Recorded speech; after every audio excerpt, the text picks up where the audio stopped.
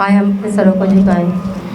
Hallelujah. Quddus Quddus जिंदा आसमानी बाज़मीन के खालिक और मालिक, हम तेरा शुक्र करते हैं दिल और दिल की गहराइयों से खुदावंद। या खुदावंद इस मौका, इस घड़ी के लिए खुदावंद, आज के इस दिन के लिए खुदावंद, जो सबत का दिन खुदावंद तूने हम सब की ज़िंदगी में बख्शा, ताकि हम सब इकट्ठे हो तेरे नाम की इज्जत और जलाल दे सके। खुदावंद तेरा शुक्र करते हैं जितने लोग तेरी हजूरी में पहुँचे हैं खुदा बाप, ये सुनासिन के लिए तेरा शुक्र करते हैं खुदा बाप कि तू उनको लेके आया, उनके रास्ते की रुकावटों को ख़त्म किया, ताकि खुदा बाप ये तेरे साथ चल सके खुदा बाप, तेरे कलाम को सुन सके। खुदावंद तेरा शुक्र करते हैं, तेरे नाम की तारीफ तमजीद करती हूँ। जितनी मीटिंग गुजर चुकी है खुदा बाप तेरा शुक्र करती हूँ, बाकी मादा वक्त में भी खुदावंद को अपना हाथ बढ़ाए रखना। तेरा शुक्र हो, तेरे नाम की तारीफ तमजीद हो। मांगते हैं तेरे बेटे यीशु मसीह के नाम से, आमीन। अजीम और फतेहमंद नाम में आप सबकी खिदमत में सलाम अर्ज़ करता हूँ। और आज सुबह आप सबका शुक्रगुजार हूँ कि आप अपनी मसरूफियात को छोड़कर अपनी दिलचस्पियों को बालाताक रखते हुए आज सुबह इस मुक़द्दस इबादत में शामिल हुए हैं। खुदावंद आप सबको बरकत दे। आप बड़े मुबारक लोग हैं, आप इतनी ज़्यादा शदीद सर्दी में खुदावंद से मुलाकात करने के लिए आए, उसके नाम को इज़्ज़त और जलाल देने के लिए, उसकी हम्द, उसकी सताइश, उसकी प्रस्तुति करने के लिए उसकी मुक़द्दस हैकल में पहुंचे। आप मुबारक लोग हैं और मैं खुदा का खादिम होने के नाते दुआ को हूँ खुदावंद आपको बरकत दे और खुदाए ज़ुल जलाल अपना जलाली और कभी हाथ आप सब पर बढ़ाए रखे। आमीन। सो मेरे अज़ीज़ों, आज का जो हमारा टॉपिक है वो है खुदा की तवज्जो हासिल करना या खुदा की तवज्जो खींचना। दुआ की कोठड़ी मैदान जंग है। दुआ की कोठड़ी क्या है? मैदान जंग है।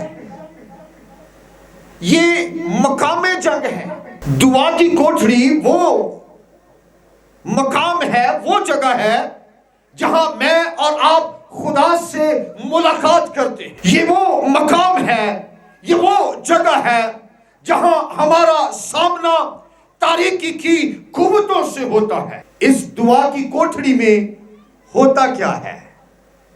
हाँ जी, कोई बता सकता है? इस दुआ की कोठड़ी में होता क्या है?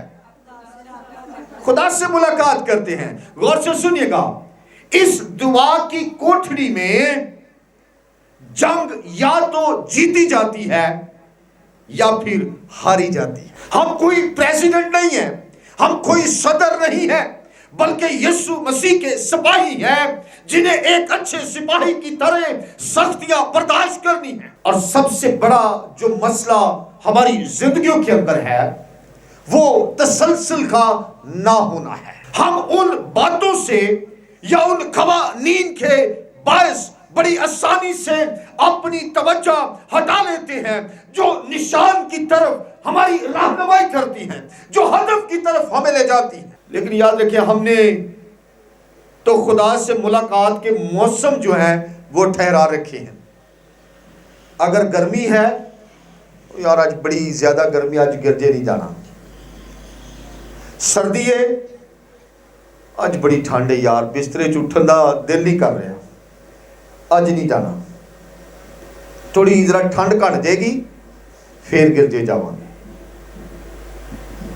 बारिश आ गई, बड़ी बारिश है, हुण गिरजे की लैन जाना है, अगले इतवार से। ऐसे ही है।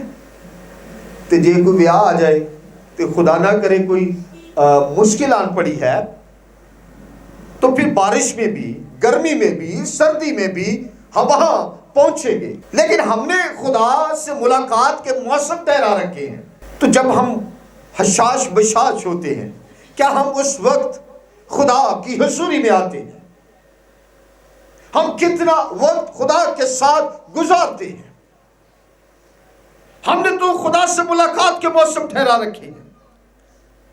लेकिन याद रखें, हमें इस बात पर गौर करना है, क्या मैं खुदा की हुजूरी में जिंदगी बसर कर रहा हूं, कर रही हूं?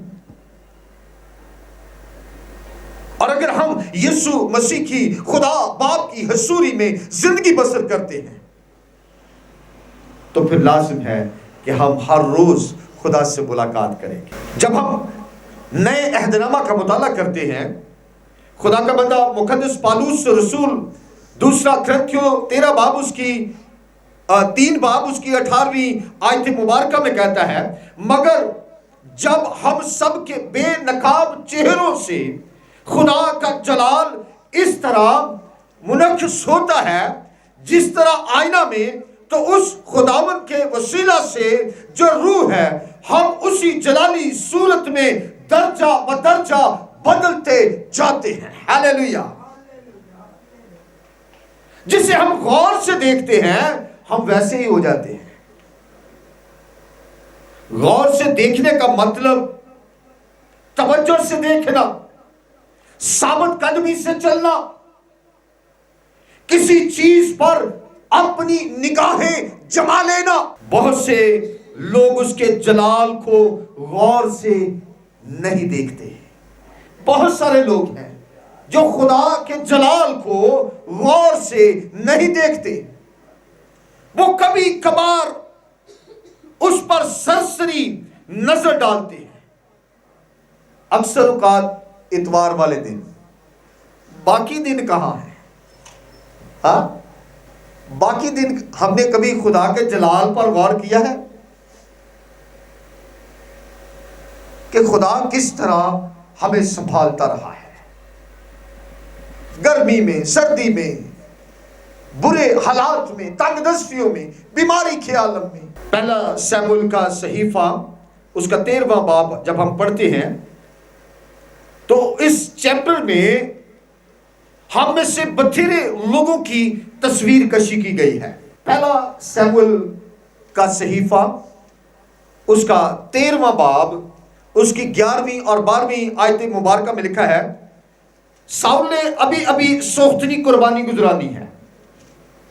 और यह हवाला यूं बयान करता है, शमूएल ने पूछा, खुदा से पूछा, शमूएल ने पूछा कि तूने क्या किया? साउल से पूछा है शमूएल ने। शमूएल नबी है और शमूएल ने साउल बादशाह से पूछा है कि तूने क्या किया?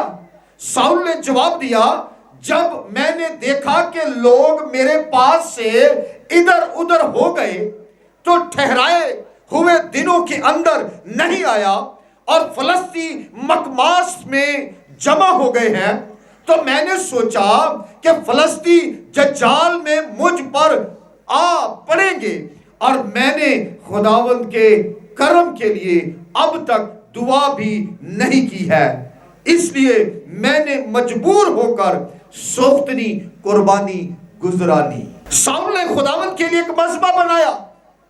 यह पहला मज़बा है जो उसने खुदावंद के लिए बनाया है। साउल ये शख्स इस्राएल का बादशाह है, ये जंगें लड़ चुका है, लेकिन उसने कभी खुदा के लिए मज़बा नहीं बनाया। 13वें बाब के अंदर, पहला शमूएल उसका 13वां बाब, इस चैप्टर में साउल ने कुर्बानी गुजरानी है। क्यों कुर्बानी गुजरानी है? क्योंकि वो मुश्किल में था। ये उन लोगों की तस्वीर है, ये उन कलीसियाओं की तस्वीर है जो हमेशा हंगामी प्रोग्राम बनाते हैं, लेकिन जिंदगी में दुआ का कोई तसलसल नहीं है। और जब मुसीबत आती है तो वो भाग भाग कर साउल जैसी कुर्बानियां गुजराते हैं।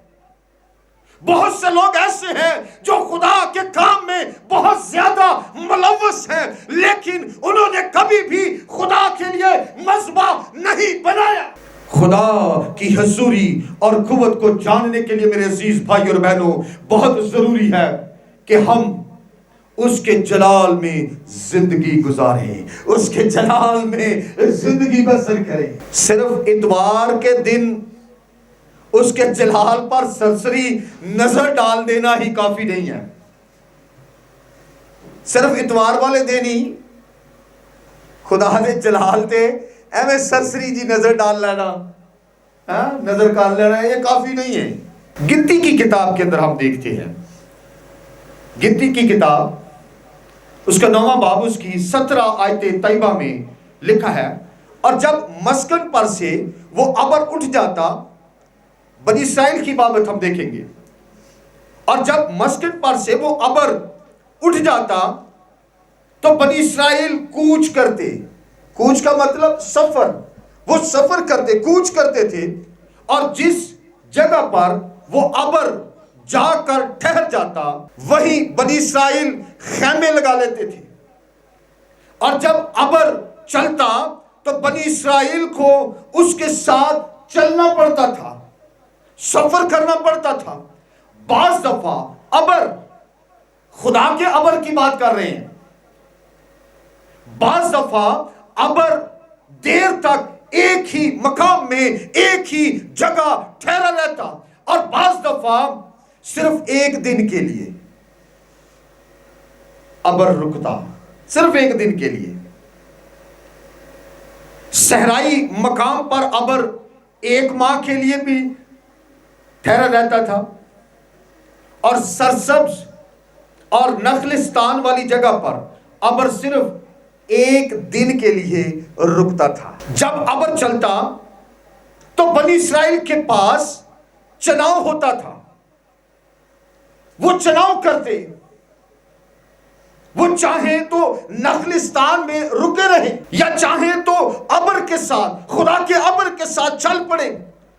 नखलिस्तान एक लम्हा के लिए तो बड़ा जबरदस्त मालूम होता था। इंसान जाहिरी खूबसूरती पर निगाह कर लेता है, हाँ?